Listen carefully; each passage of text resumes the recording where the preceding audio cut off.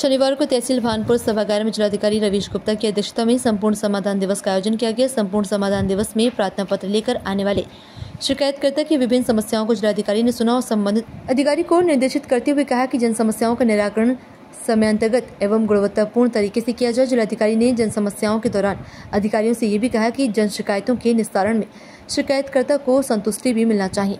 जिलाधिकारी ने कहा कि शासन के सख्त निर्देश हैं कि भूमि विवाद के मामलों को शीघ्रता से निस्तारण किया जाए। उन्होंने ये भी कहा कि जन समस्याओं का त्वरित निस्तारण किया जाना शासन की सर्वोच्च प्राथमिकता है।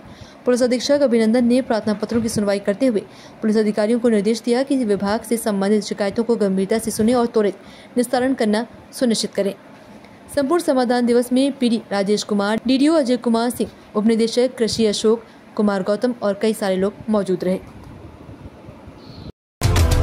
VP न्यूज, खबर सिर्फ सच की।